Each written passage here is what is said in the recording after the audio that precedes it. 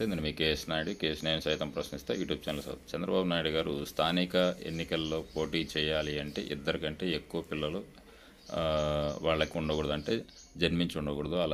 అలాగా ఉన్నట్లయితే వాళ్ళు స్థానిక ఎన్నికల్లో పోటీకి అర్హులు కాదు అన్నారు. ఒకటి. రెండొచ్చేసి బాబు గారు మీరే జనాలను పుట్టించండి అని అంటారు, జనాలను పెంచండి అంటారు. మరి ఇప్పుడున్నటువంటి పరిస్థితుల్లో ఒక్కొక్క ఇంట్లో ఒకరు ఉంటేనే ఆర్థికంగా చాలా కష్టంగా ఉంది. అలాంటిది ముగ్గురు, నలుగురు, 5, 10 మంది ఉంటే పరిస్థితి ఎలా ఉంటుంది? డబ్బున్నోళ్ళు అయితే ఇబ్బంది లేదు.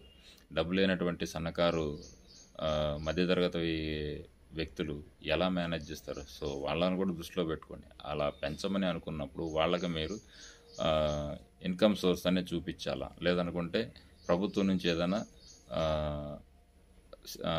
వాళ్ళకి సపోర్టెడ్గా ఏదైనా చేయాలా. సో